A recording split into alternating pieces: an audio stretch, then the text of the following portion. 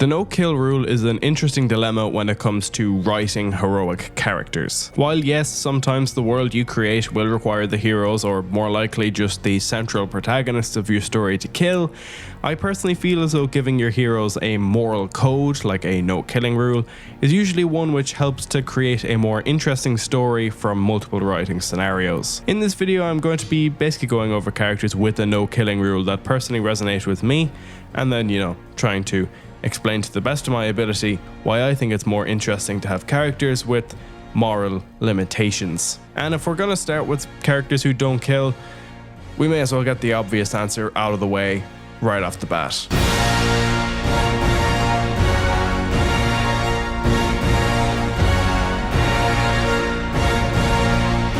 I don't know if this is a hot take or not. A certain filmmaker seems to think it is, but Batman killing kind of detracts from his character. At his core, and this is really going to be a hot take, I think Batman is actually quite a hopeful character. He's someone who, wants to make it so people in Gotham never have to face what he faced when he was a kid. He's hopeful that he can be that bearer of change to make a better Gotham for the people who live there. He's not Superman. He's not all, happy-go-lucky babyface, but he is a hopeful character. This also applies to the criminals he fights as well, this no-killing rule, this rule that no child will ever lose a parent to crime the same way he did.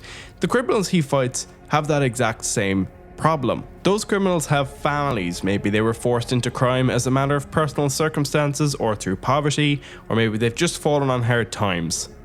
This is your seat, Chief. Riding in the Batman's car. My little girl's gonna be jealous. The regular goons that serve villains like Penguin and Two-Face aren't inherently evil all the time. Batman killing them pretty much detracts from his overall mission for justice. Even if he does go a bit too by the book sometimes, that kind of suits him as a character.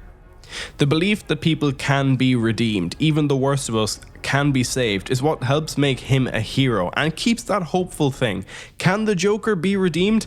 Definitely not. He's gone too far. But Batman has to hold on to that hope, because otherwise he'd probably go mad himself. Also, even just from an action perspective, Batman is the world's greatest detective. He's one of the smartest people in the DC universe, and it's interesting as a viewer to see, well, how's he going to get out of this situation where he doesn't have much of a choice but to kill someone and keep his rule intact. Under the Red Hood is a really great example of this. Joker is being held at gunpoint. He's like, Red Hood's like, oh, I'll kill him, and Batman's like, don't do that. And he's like, well, if you don't kill him, I'll kill you. Whoa, someone's gonna die here. You just gotta decide who it's gonna be. And yeah.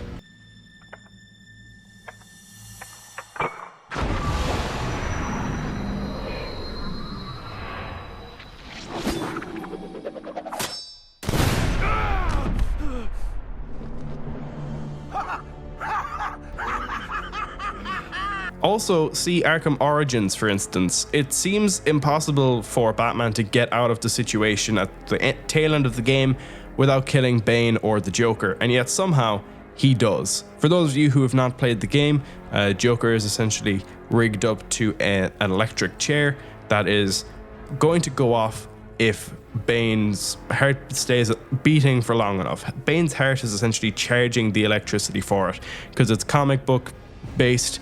It's gonna be dumb. So what does Batman do? He stops Bane's heart for like 30 seconds. Joker goes like, yep, cool. You killed, I broke you, ha ha ha ha ha. And he walks away. And then Batman goes, no, lol, and brings him back to life, pretty much. Gordon, Joseph, I need your help to stop the Joker. Our help? You're the so-called vigilante. Or is one kill enough for you tonight? Bane's in cardiopulmonary arrest. I have only minutes to resuscitate him before it's too late. You mean you didn't? That's not how I do things. Now go. If Batman kills people, to me anyway, he immediately becomes less compelling. There's less for you to play around with, even from just a simple writer's perspective. Like, all you're left with is just this murderer man. Oh, there's a problem. Guess I'll just go and shoot him in the head. I'll ask you, alright, and this is with examples.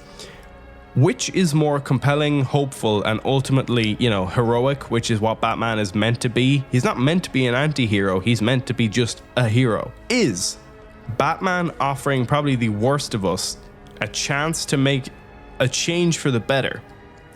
Or is him mercilessly gunning down goons paid off by Lex Luthor in the story more heroic? Take your pick. Also, the Batman as a friggin' entity, I suppose, he thrives off fear, and he carries a certain notoriety across his various adaptations. I ask you, literally, what is the most iconic part of the Batman Arkham games? And in my opinion, it's the goon dialogue of going, "It's the freaking Bat." We'll be fine. It's not like Batman's gonna just drop in and get us. He's way too busy. We'll see. It's the freaking Bat!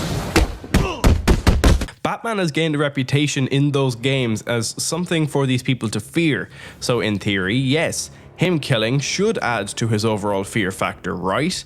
Well, yes, but it also hampers another really crucial part of his overall character. Yes, the criminal underbelly of Gotham should be afraid of the Dark Knight as of the world's greatest detective.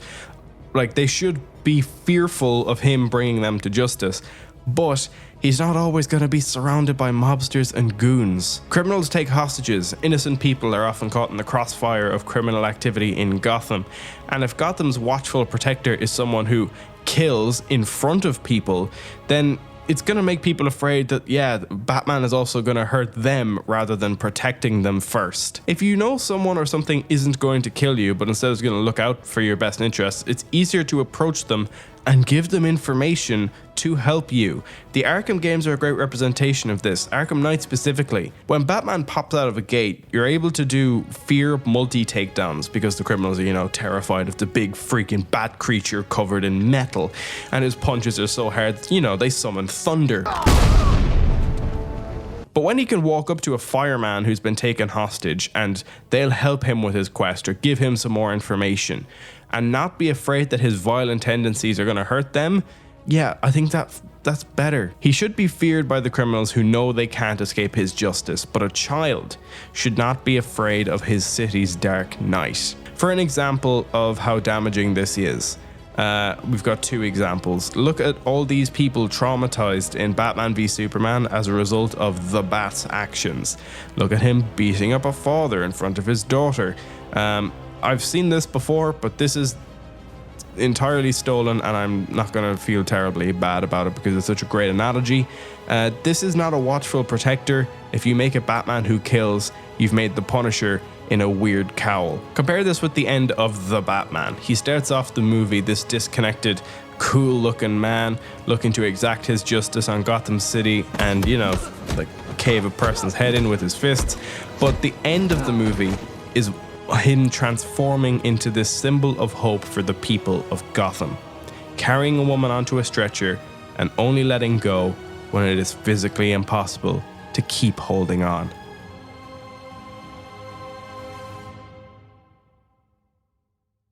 The no-kill rule isn't even a Batman exclusive. I'm not saying everything needs to come back to the Bat and he's the reason that the no-kill rule should exist, because there's so many characters across fiction who either don't kill or choose not to. Looking even at Batman's fellow Justice League member Superman, who could, yes, kill most of his foes with literally just a flick on the forehead, but instead he just chooses not to.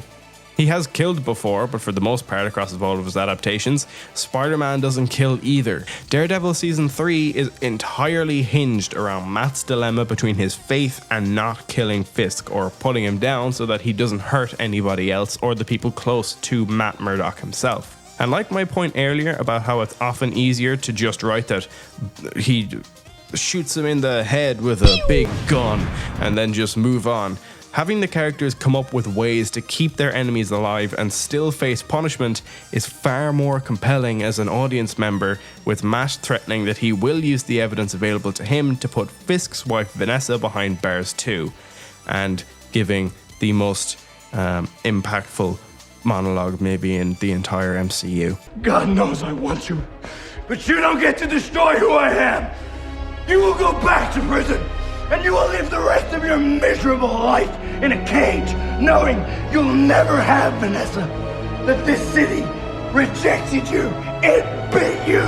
I beat you. However, and this is the main reason I made this whole video, probably my favorite version of the no-kill rule dilemma thing actually doesn't come from any of the guys with the capes from the comics, but rather it comes from a 12-year-old boy with the fate of the world on his shoulders.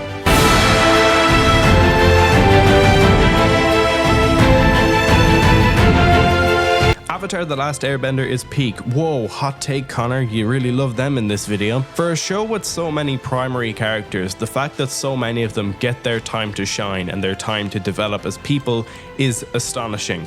But perhaps the character who I've always felt the strongest toward is literally just the show's protagonist, Avatar Aang. Side note, I don't think it should be a hot take for your favorite character in a show to be the main character of the show. That is all. The TLDR for people who haven't watched Avatar, which, like, if you haven't, get on it. Aang is the last survivor of the Air Nation, which was wiped out at the beginning of the 100-Year War by this guy, Fire Lord Sozin, using what is called Sozin's Comet. This thing, an asteroid that enhances the power of firebenders. These guys. Aang, as the last member of the Air Nation and also the Avatar, the master of all four elements, is ultimately caught between two minds and two duties. His duty to the Air Nomads, a pacifist culture that is now only survived by him, and the duty of the Avatar to bring about balance to the world and to protect it from threats like war. Throughout the whole show, it's made very clear just how important Aang's culture is to him. He's outraged when the air temples are reused and taken away from their original purpose. The loss of his staff at the beginning of book 3, or you know, when he went crazy and thought he lost Appa forever and just tried to kill people. Another side note, I'm sorry. The whole Appa being missing arc in book 2 genuinely makes me cry all the time. Like the part where they both dream about the day that they met at the same time. Oh. I guess this means we'll always be together.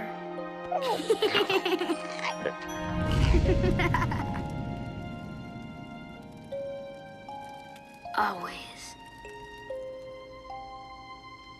So in the show's finale, also named Sozin's Comet, Aang is confronted with the very harsh reality that comes along with being the Avatar. All of part 1 of the 4-parter finale is Aang facing his duty as the Avatar and his friends in Team Avatar trying to get him to accept just what he has to do, until eventually he just snaps from the dichotomy in his brain and has to walk away.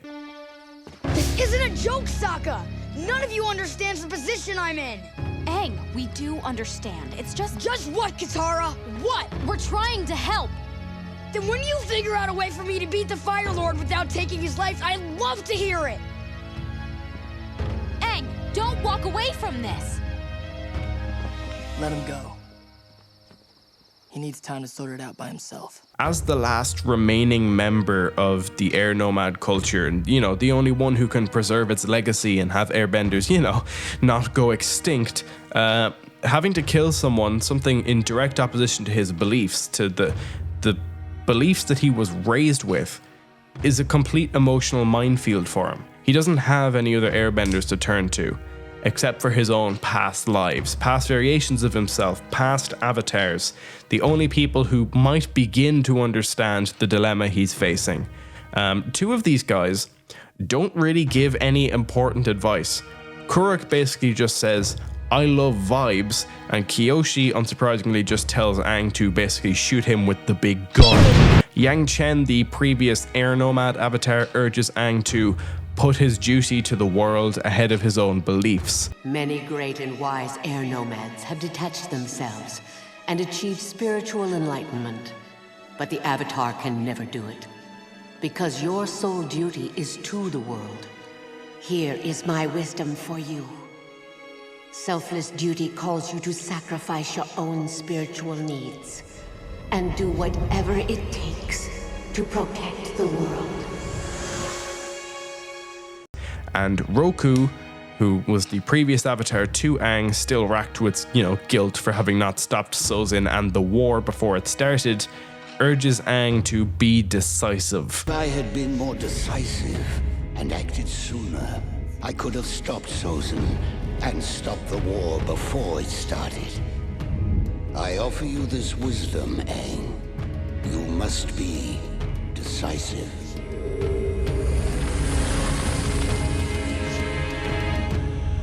Then we get the sick-ass fight between Aang and Ozai in parts 3 and 4, with Aang being given a perfect opportunity to just shoot him with the Avatar version of the big gun. However, pointing lightning, being given the perfect opportunity to deal a fatal blow to Ozai, Aang sees this face.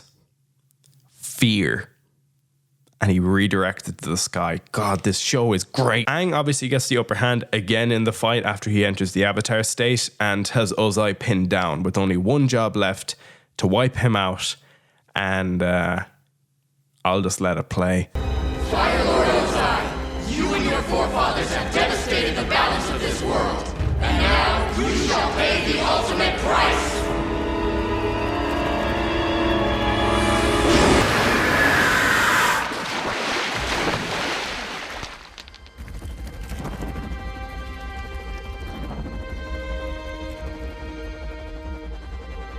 No, I'm not gonna end it like this. Just because he can't take Ozai's life, that doesn't mean he's not going to be able to save the day.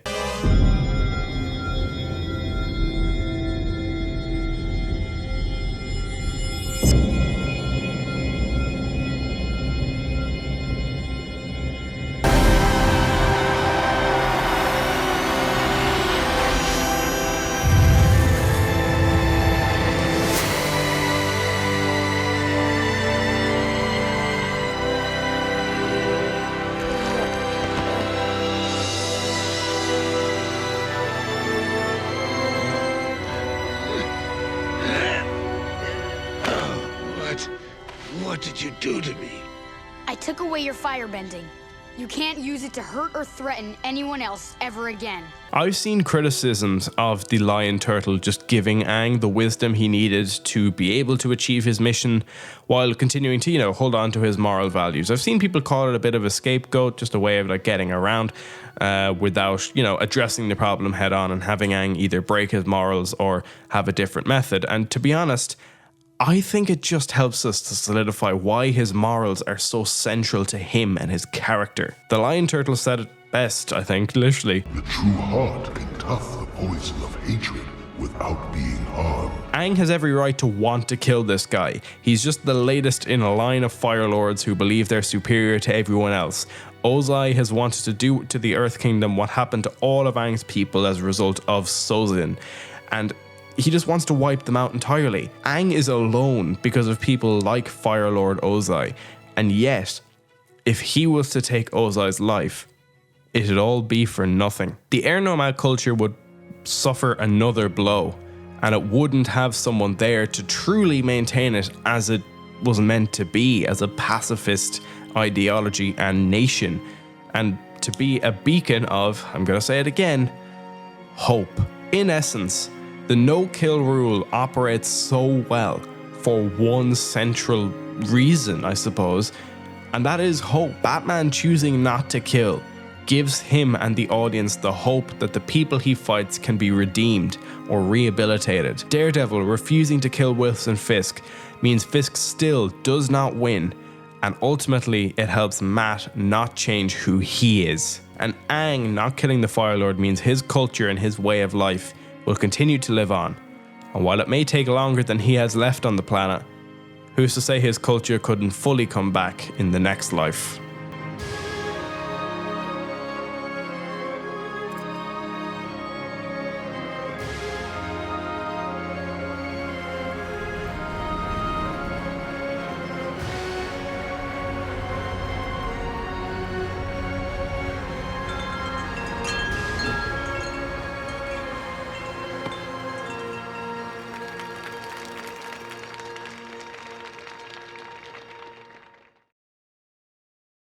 So yeah, I hope you enjoyed this video, I guess. It's a bit more word vomity than I was anticipating it would be. I haven't made anything new for a good while, so this was a really good excuse for me to, you know, get back in the chair and get back to video stuff. I've been doing a lot of audio stuff lately, so it's nice to, you know, get that bit of a change. I've been lost a bit creatively with this channel for a while. I might make a video about it eventually, but yeah, I'm just glad to be getting, you know, back on track and hopefully getting in the swing of things and getting content a bit more consistently. Again, this channel has never really had a schedule, so I'm still kind of going my own way about it. But yeah, hopefully there'll be one sooner than in like 120 days. If you did like this video, you know, leave a like. That's what the button is there for. And yeah, stay safe and watch the roads.